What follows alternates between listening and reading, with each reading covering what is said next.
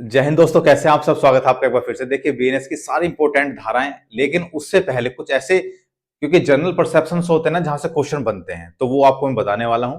और लेकर के प्रभु का नाम शुरू करते हैं। आपकी बीएनएस की सारी इंपॉर्टेंट जो धारा मैं बताऊं, केवल वो चीज याद करते रहना। बाकी केवल बैठ करके क्लास सुनो और मजा लो केवल क्लास का। बहुत सारी चीजें ऐसी हैं जो आपको बिना रटे बिना पढ़े याद हो जाएंगी। केवल सुनते रहो और जिस धारा को मैं बोलता रहा हूँ, जिस पोर्शन को मैं बोलता रहा हूँ, उसको बस याद करते रहना, ठीक है। तो चलिए उसको नोट करते रहना, मेरा मतलब ये है। तो चलिए शुरू करते हैं कि भारतीय न्याय संहिता 2023, भारतीय न्याय संहिता 2023 ये दिसंबर 2023 में संसद द्वारा पारित हुई। 25 दिसंबर 2023 को, कब 25 दिसंबर 23 को भारत के राष्ट्रपति की मंजूरी मिली। 1 जुलाई 2024 से लागू हुआ। कब लागू हुआ, ये बहुत ज्यादा इंपॉर्टेंट है, इसको जरूर याद कर लेना, नोट कर लेना। 1 जुलाई 2024 से लागू हुआ। बीएनएस ने किसको रिप्लेस किया, आईपीसी 1860 को। किसको रिप्लेस किया, आईपीसी 1860 को इसने रिप्लेस किया। जमीनी हकीकत के मुताबिक पुराने आईपीसी में आधुनिक अपराधों को सही से समेटना मुश्किल था। जो आधुनिक अपराध हैं, जैसे साइबर क्राइम हो गया, ठीक है, और बहुत सारे ऐसे अपराध हैं जो आईटी से संबंधित है, साइबर से संबंधित है, उनको समेटना मुश्किल हो गया था आईपीसी में। इसलिए नई धारा बीएनएस बनाई गई और इस बीएनएस में वो सारी चीजों को समेटा गया, ठीक है, और उनके मुताबिक कानून बनाए गए। अब बीएनएस में 20 अध्याय 358 धाराएं हैं। Most important question, most important question आपका जरूर 99% चांस है कि इसमें से आपको क्वेश्चन बने। 20 अध्याय 358 धाराएं हैं, ठीक है। इसमें नए अपराध जोड़े गए और कुछ पुराने प्रावधान हटाए गए। नए अपराध इसमें जोड़े गए, ठीक है।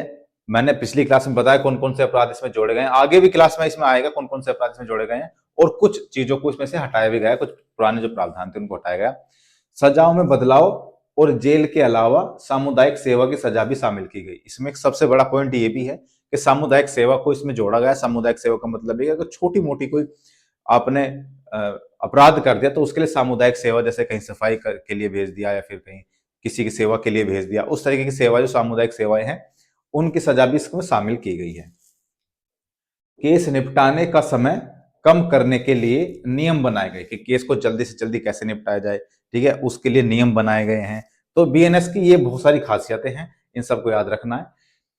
यह कानून न्याय प्रक्रिया को तेज और पारदर्शी बनाता है। न्याय प्रक्रिया को तेज बनाता है, पारदर्शी बनाता है। इसकी एक खासियत यह भी है कि आपको जब क्वेश्चन पूछेगा ना, तो क्वेश्चन में चार पांच ऑप्शन देगा, 4 ऑप्शन देगा और उसमें बताएगा कि बीएनएस में से, बीएनएस के संबंध में क्या सही नहीं है, तब उसमें से आपको छांटना भी पड़ेगा। तो आप जो चीज मैं बता रहा हूं इनको नोट करते चलो, ठीक है, ये आपके बहुत काम आने वाले हैं। साथ ही यह डिजिटल सबूत, डिजिटल सबूत जैसे रिकॉर्डिंग होगी, वीडियो रिकॉर्डिंग होगी, और आधुनिक तकनीक के इस्तेमाल को मान्यता देता है। आईपीसी नहीं देता था, ये देता है, ठीक है। बीएनएस का मकसद, इसका मकसद क्या है, कानून को सरल, सटीक और आधुनिक बनाना है। बीएनएस का मकसद ही यही है, कानून को सरल, सटीक और आधुनिक बनाना है। इसे लागू करने के लिए सरकार ने राज्यों के साथ सहयोग किया और जागरूकता बढ़ाई।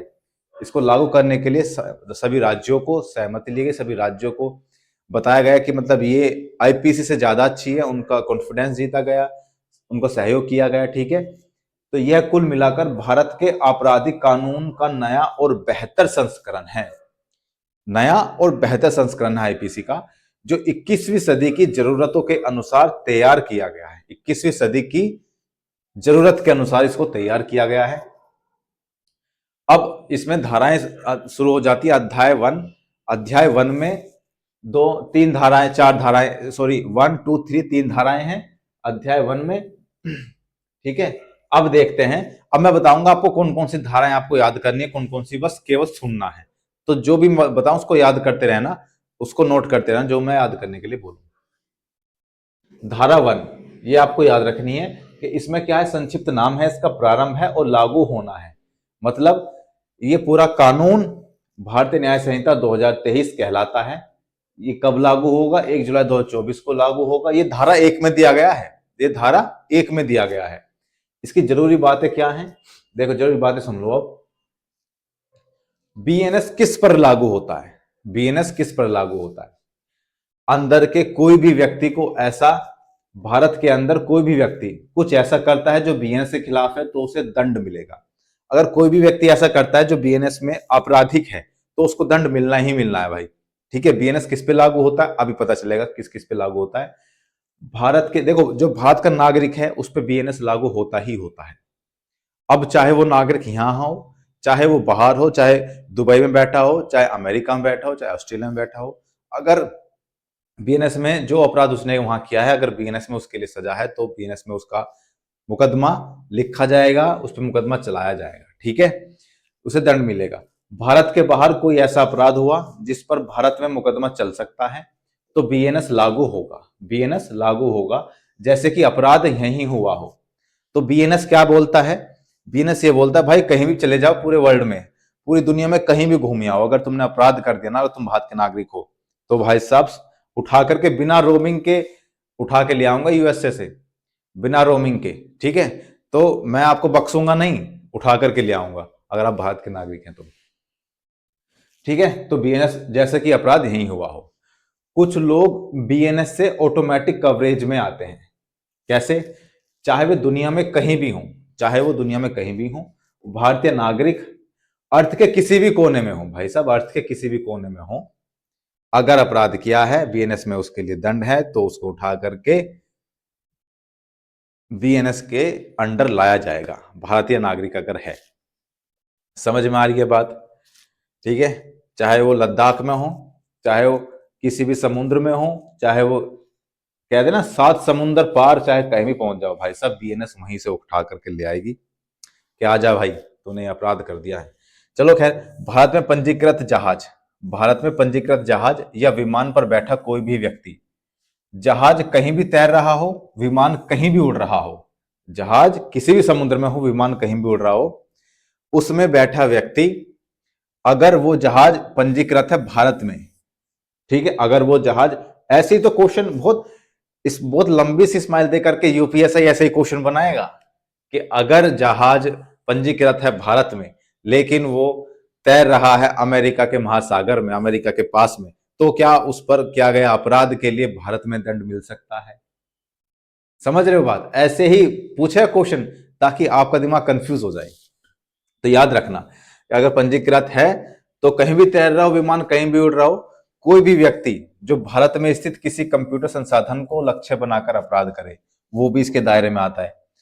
भारत में स्थित कोई भी कंप्यूटर, जैसे साइबर ऐसा होता है ना, भारत की किसी भी कंपनी में या किसी भी गवर्नमेंट विभाग में कोई अपराधी है, साइबर अपराधी, उसने उसमें सेंध मार ली, वो सेंध मार करके वहां से डाटा चुरा लिया, अब वो भी हमारे बीएनएस के दायरे में आता है। लिखा ना, जो भारत में स्थित किसी कंप्यूटर संसाधन को लक्ष्य बनाकर अपराध करे वो भी इसके दायरे में आता है। ये नहीं कह सकते यार वो तो ऑस्ट्रेलिया में बैठा है उस पर कैसे मुकदमा चलाया जाएगा, नहीं, वो बीएनएस के दायरे में आता है। धारा की व्याख्या यह भी कहती है कि अपराध में बाहर की धरती पर किया गया कोई भी ऐसा काम शामिल है। अपराध में बाहर की धरती पर किया गया कोई भी काम, ऐसा काम शामिल है जो यदि भारत में किया जाता तो दंडनीय होता। अगर बाहर बैठ करके कोई भी नागरिक ये सोचता है कि वहां चोरी के लिए कोई भी दंड नहीं है तो वो गलत सोचता है, वो बीएनएस में अपराधी है। चाहे वो अगर इंडिया में उसके लिए दंड है तो वहां से उठा करके लाएंगे, दंड दिया जाएगा। ठीक है, लेकिन एक अपवाद भी है। अपवाद क्या है कि जो फौजी लोग होते हैं ना, फौजी आर्मी में जो लोग होते हैं वो भाग जाते हैं या फिर उनके संबंध में बीएनएस काम नहीं करती है, उनके अलग रूल होते हैं, वो उसमें बीएनएस उसमें हाथ नहीं डालती है। ठीक है, चलिए खैर, धारा 2 में क्या है? परिभाषाएं हैं। परिभाषाएं बहुत सारी दी गई हैं धारा 2 में, लेकिन कुछ इंपोर्टेंट ही परिभाषा मैंने यहां लिखी है जो मैं बताने वाला हूं। सभी धाराएं, सभी परिभाषा याद करने की जरूरत नहीं है, रटने की कोई चीज जरूरत नहीं है। जो मैं बताता रहा हूं केवल ये सुनते रहो, ये बस सुनते रहो, जब मैं कहूंगा नोट कर लो तो उसको नोट कर लिया करो। बालक की परिभाषा क्या इसमें दी गई है? जो 18 साल से कम हो। ये मैंने कल भी वीडियो में बताया था, कल भी क्लास में बताया था कि बालक की परिभाषा क्या है? जो 18 साल से कम हो, वो बालक की परिभाषा है। कूट रचना, कूट रचना क्या है? धोखा देने के इरादे से किसी चीज को दूसरी जैसी बनाना, उसके जैसी ही बना देना। कूट रचना मतलब फर्जी दस्तावेज बना देना, मतलब ये है। तो कूट रचना क्या मतलब होगा? धोखा देने के इरादे से किसी चीज को दूसरी जैसी बनाना। पूरी कॉपी होना जरूरी नहीं है कि हूबहू ऐसी ही हो, अगर लगभग वैसा भी है, उसके जैसा भी है, तो भी इरादा अगर गलत है तो आपको उसके लिए सजा मिलेगी, वो कूट रचना में आता है, इरादा अगर गलत है। देखिए, अपराध का मेन चीज इंटेंशन होता है कि किस इंटेंशन के तहत इसने अपराध किया। अगर उसकी इंटेंशन गलत है तो फिर वो अपराधी है, अगर इंटेंशन गलत नहीं है तो नहीं है। लिंग जेंडर, जेंडर पहले आईपीसी और सीआरपीसी में महिला और पुरुष ही थे, ठीक है, लेकिन अब बीएनएस में ट्रांसजेंडर को भी जोड़ दिया गया है, ट्रांसजेंडर को भी जोड़ दिया गया है, तो सभी के लिए अब ये लिंग माना जाएगा, ठीक है। अवैध, अवैध का क्या मतलब होता है? जो अपराध है या जिसे कानून ने मना किया है या जिससे सिविल केस बन जाए, तीनों अवैध में आते हैं। मतलब जो अपराध हो या फिर जो कानून ने मना किया हो कि भाई ये काम मत करो, या फिर जिससे सिविल केस बन जाए, वो अवैध होगा, ठीक है। ये तीनों अवैध में आते हैं। जंगम संपत्ति क्या होती है? Movable property. जमीन और जमीन से जुड़ी चीजों को छोड़कर बाकी सब जंगम संपत्ति होती है, मूवेबल प्रॉपर्टी होती है। जैसे घर है, जमीन है, ठीक है, पेड़ है, वो भी जंगम संपत्ति है।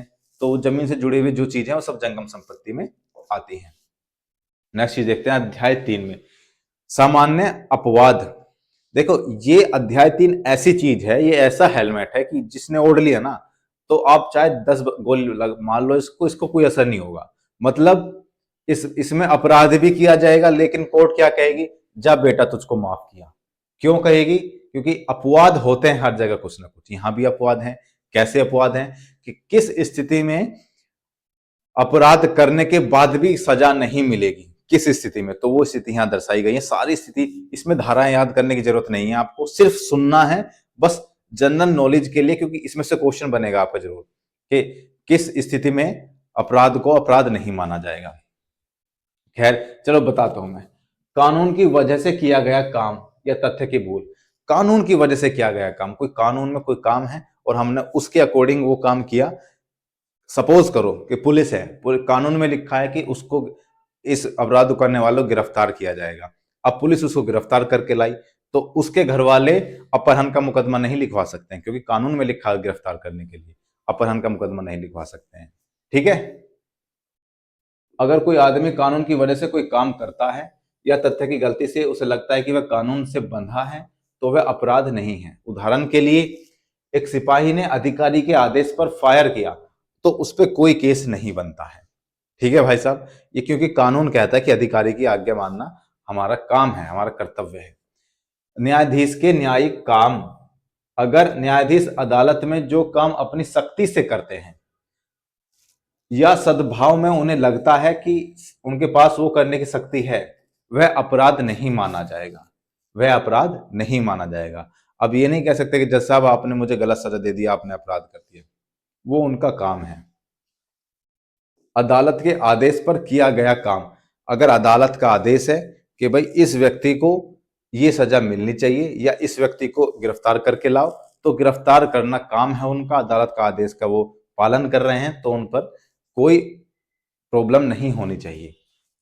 कानून से उचित ठहराया गया काम, अगर कानून में कोई काम उचित ठहराया जा रहा है और वो काम हमने किया है, चाहे वो कैसा भी इंटेंशन हो, तो फिर उसमें आपको सजा नहीं मिलेगी। अगर कानून खुद किसी काम को सही मानता है या व्यक्ति को तथ्य की भूल में लगे कि वह सही कर रहा है, तो वो अपराध नहीं है, ठीक है, वो अपराध नहीं है।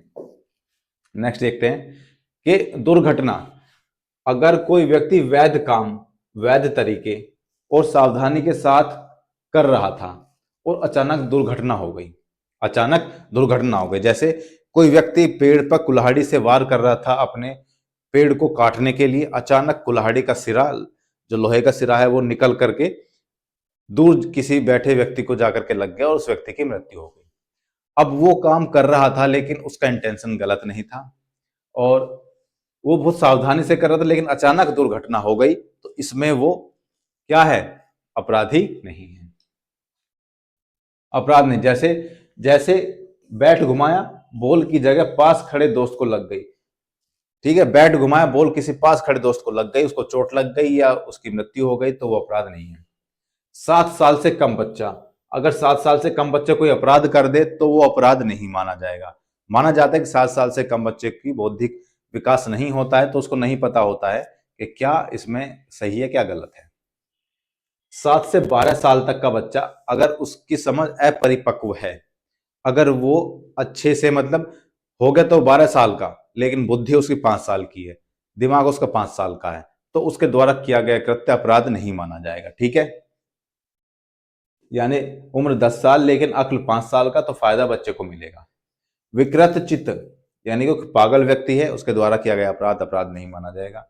जबरन पिलाई गई शराब या नशा, अगर कोई शराब नहीं पीता है, उसको जबरन शराब शराब पिला दी जाती है और कोई अपराध उसके द्वारा हो जाता है, तो ऐसा माना जाता है कि इसने जानबूझकर यह अपराध नहीं किया, इसको जबरदस्ती शराब शराब पिलाई गई है, इसका मानसिक संतुलन बिगड़ गया है, इस वजह से इसने अपराध किया है।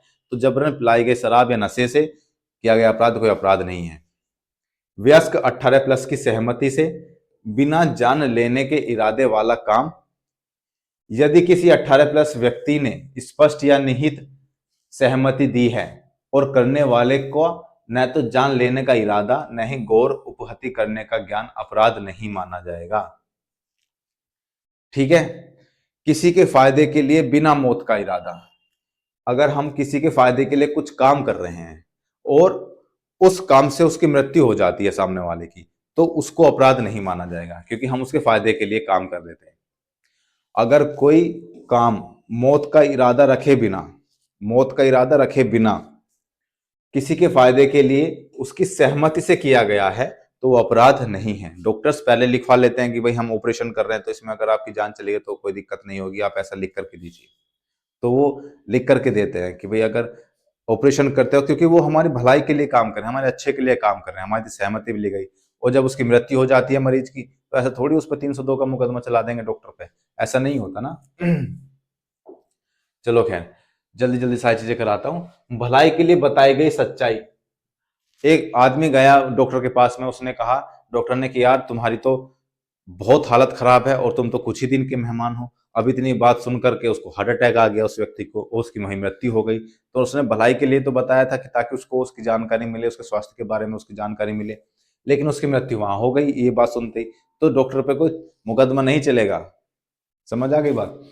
जान की धमकी में किया गया काम, किसी के माथे पर गन पॉइंट रख दिया, गन रख दी कि भाई अभी अभी ये काम कर वरना मैं तुझे मार दूंगा, और उसने वो काम कर दिया, तो फिर वो व्यक्ति क्या अपराधी माना जाएगा? बिल्कुल नहीं माना जाएगा, क्योंकि उसको जान से मारने की धमकी के बाद वो काम कराया गया, जान से मारने की धमकी दी गई। ठीक है, अगर किसी को ऐसी धमकी मिली कि नहीं किया तो तुरंत मौत, और उसने मजबूरी में अपराध जैसा काम कर दिया, तो वो अपराध नहीं माना जाएगा, अपराध नहीं माना जाएगा। लेकिन मेन बात ये है, ये जो सारी चीजें हम पढ़ रहे हैं, इसमें प्रॉब्लम क्या होती है?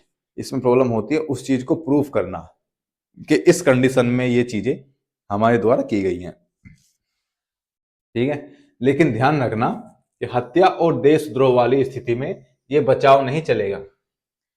उसने कहा मैं तुम्हें गोली मार दूंगा वरना इसकी हत्या करो, उसने हत्या कर दी, तो उसमें नहीं बच सकता वो।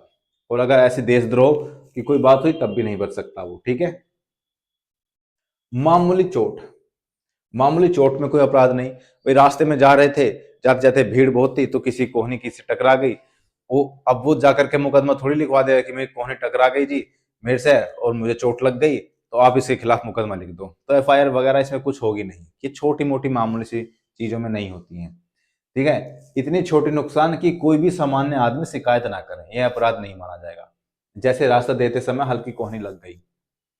ठीक है, आत्मरक्षा में किया गया काम, आत्मरक्षा में किया गया कोई भी काम अपराध नहीं है।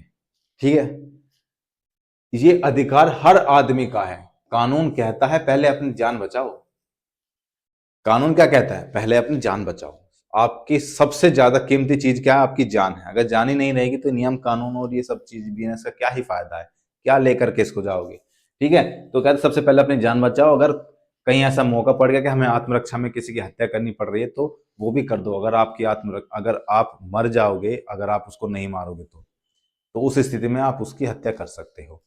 ठीक है, शरीर तथा संपत्ति की प्राइवेट प्रतिरक्षा का अधिकार, प्राइवेट प्रतिरक्षा का, शरीर और संपत्ति की प्राइवेट प्रतिरक्षा का अधिकार करना।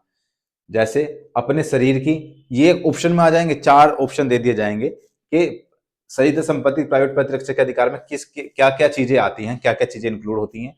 जैसे अपने शरीर की, किसी दूसरे के शरीर की, अपनी संपत्ति की, दूसरे के संपत्ति की, यानी कि चारों चीजें, यानी कि ये चारों चीजों की आप रक्षा कर सकते हैं। और इनके लिए अगर आपको अपराध करना पड़े तो वो भी मान्य होगा, वो अपराध अपराध नहीं होगा। जैसे चोरी, लूट, शरारत, आपराधिक अत्याचार से बचाने का पूरा अधिकार आपको है। इन सारी चीजों का, यानी कि अपने शरीर की, दूसरे के शरीर की, अपनी संपत्ति की, दूसरे के संपत्ति की, ये चारों चीजों को चोरी से, लूट से, शरारत से, आपराधिक अत्याचार से बचाने का आपको पूरा अधिकार है। आप उसके लिए उसको पीट भी सकते हो सामने वाले को, अगर जरूरत पड़ी तो उसकी हत्या भी कर सकते हो, तो आप पर कोई मुकदमा नहीं चलेगा। नेक्स्ट है कि पागल नशेड़ी बच्चे के हमले पर भी वही अधिकार है जो अधिकार समझदार व्यक्ति के हमले पर मिलता है। जो व्यक्ति, ये आप जरूर याद कर लेना है, ये वाली जो धारा है, कौन सी, 34 और 35, 34 और 35 धारा जरूर याद कर लेना। हाँ, वही अधिकार इन पर भी हमला करने वाला कैसा है ये नहीं देखा जाता, खतरा देखा जाता है। कोई पागल व्यक्ति है, पागल व्यक्ति सामने से आ रहा है, सामने से आकर के वो तुम्हें मारने की कोशिश कर रहा है, तो तुम भी उसके एवज में अपनी आत्मरक्षा कर सकते हो। ऐसा नहीं कह सकते यार वो तो पागल व्यक्ति था, उसको तो कुछ पता नहीं था, तूने उसको क्यों मार दिया। नहीं, हमें अपनी रक्षा करने का अधिकार है, चाहे वो पागल व्यक्ति हो, चाहे वो बच्चा हो, चाहे समझदार व्यक्ति हो, चाहे कोई भी हो। ठीक है, ये नहीं देखा जाता कि सामने वाला हमला करने वाला कौन है, देखा क्या जाता है कि खतरा कैसा है, इंटेंशन क्या है, खतरा कैसा है, तो खतरा देखा जाता है। ठीक है, आत्मरक्षा की सीमाएं क्या है, भाई हम आत्मरक्षा कर रहे हैं लेकिन उसकी सीमा भी तो होनी चाहिए। अब ऐसे थोड़ी किसी ने आपको धक्का मार दिया और आपने उसको गोली मार दी ये कह करके कि यार मैं तो अपनी आत्मरक्षा कर रहा था, ऐसा नहीं, ऐसा नहीं होता है। तो आत्मरक्षा की सीमाएं क्या है, आत्मरक्षा आपको नहीं मिलेगी अगर आपको अपनी आत्मरक्षा करने का अधिकार नहीं है, अगर सामने वाला लोक सेवक सद्भाव में काम कर रहा हो। पुलिस गई अरेस्ट करने के लिए, वो तो सद्भाव में काम कर रहा है, सामने वाला लोक सेवक है सद्भाव में काम कर रहा है, अरेस्ट करने के लिए गई, आपने पुलिस पे गोली चला दी कि भाई हम तो अपनी आत्मरक्षा कर रहे थे वरना हमें अरेस्ट करके ले जाते, नहीं, ऐसा नहीं होगा। और कोई गंभीर खतरा ना हो, आपको कोई गंभीर खतरा भी नहीं है। ठीक है, दूसरा क्या है, पुलिस या प्रशासन की मदद लेने का समय हो, अगर पुलिस या प्रशासन आप उनकी मदद लेना चाहते हैं तो आप आत्मरक्षा का वो नहीं कर सकते। बचाव करते हुए जरूरत से ज्यादा नुकसान पहुंचाया, मतलब किसी ने आपको धक्का दे दिया है, चांटा मार दिया, आपको इतनी आवश्यकता है कि आप भी उसको धक्का दे दो, चांटा मार दो, आप उसका सर नहीं फोड़ सकते क्योंकि इतने ज्यादा की जरूरत नहीं है। अगर आप जरूरत से ज्यादा उस पर अप्लाई कर दोगे तो आप खतरे में पड़ जाओगे, आप उसको जरूरत से ज्यादा नुकसान नहीं पहुंचा सकते हो, जितना जरूरी हो केवल उतना, ताकि आपका बचाव हो जाए। नेक्स्ट है कि कब आत्मरक्षा में जान लेना कब तक मान्य है, कि आत्मरक्षा में हम जान ले लें ये कब तक मान्य है। यदि सामने का अपराध इनमें से हो तो आप उसकी जान ले सकते हैं। कौन कौन से अपराध हो, मौत की आशंका वाला हमला, अगर सामने कोई बंदूक लेके बिल्कुल यूं करके खड़ा है और कह रहा है मैं अब तुम्हें मारने वाला हूं, तब आप उसकी जान ले सकते हो। ऐसा नहीं कि घर तो बंदूक तो उसके घर रखी हो गई, मैं तुझे कल को मार दूंगा, ठीक है, और आपने आज ही उसको मार देने के लिए, तू मुझे कल क्या मारेगा, मैं तुझे आज ही टपका दूंगा। तो आप ये नहीं कह सकते कि हम अपनी आत्मरक्षा में हमने ये काम किया, नहीं। घोर उपहति की आशंका, अगर आपको घोर उपहति की आशंका है कि भाई ये मेरा सर फोड़ देगा कुल्हाड़ी से, या मेरे सर पे कुल्हाड़ी से वार कर देगा, घोर उपहति मुझे हो जाएगी, मेरा पैर कट जाएगा, मेरा हाथ कट जाएगा, मेरी गर्दन कट जाएगी, तब आप उसको मान्य होगा। बलात्कार का प्रयास, अगर कोई बलात्कार का प्रयास करता है तब उसकी हत्या बिल्कुल मान्य होगी। अप्राकृतिक काम करता है, अप्राकृतिक काम आप सब लोग समझ ही गए होंगे क्या है, अपहरण या व्यापहरण करता है तब भी, और एसिड फेंकने का प्रयास करता है, कोई एसिड फेंक रहा है किसी लड़की पे या किसी पे भी, तब भी वो ठीक है। तो जान से मार देने तक की प्रतिरक्षा जायज है, अगर ये सारे काम है ना आपके साथ में, कोई आपके साथ में ये सारे काम करता है तो आपको उसको जान से मार देने तक की प्रतिरक्षा जायज है, लेकिन उसको प्रूफ करना पड़ेगा कि आपने इस ही स्थिति में उसको जान से मारा है, इसके अलावा कोई और स्थिति नहीं थी। संपत्ति के लिए जान लेने तक प्रतिरक्षा है विशेष मामले में। भाई संपत्ति भी तो है, उसके लिए भी तो जान और माल दोनों के लिए आत्मरक्षा की आपको अधिकार है। अब संपत्ति के लिए क्या कंडीशन है कि आप उसको जान ले सकते हो? कंडीशन ये है, अगर संपत्ति पर निम्न अपराध हो, जैसे लूट हो, कोई आपसे कोई लूट करने आ गया, आपके घर में घुस गया, या फिर सूर्यास्त के बाद और सूर्योदय से पहले घर में घुस गया, घर भेदन कर दिया उसने, ठीक है, घर में घुस गया सूर्यास्त के बाद और सूर्योदय से पहले घर में घुस गया, तो आप बिल्कुल कर सकते हो। घर को आग या विस्फोट से उड़ाने की कोशिश कर रहा है, घर में आग लगाने की कोशिश कर रहा है, विस्फोट से उड़ाने की कोशिश कर रहा है। चोरी या अत्याचार जिसमें मौत या घोर चोट का खतरा हो, लग रहा है कि भाई चोरी तो कर ही रहा है, ये मुझे मार भी देगा, बंदूक भी ले रहा है और बंदूक मेरे सामने लाकर खड़ी भी कर दी, तो फिर मतलब आप उसमें उसको जान से, तो हमलावर की जान लेने तक आपका अधिकार पूरा पूरा बनता है। बस आपको प्रूफ करनी होगी ये सारी चीजें। चलिए खैर, संपत्ति की प्रतिरक्षा कब शुरू और कब खत्म होती है? आपका यह अधिकार कब शुरू होता है, कब खत्म होता है?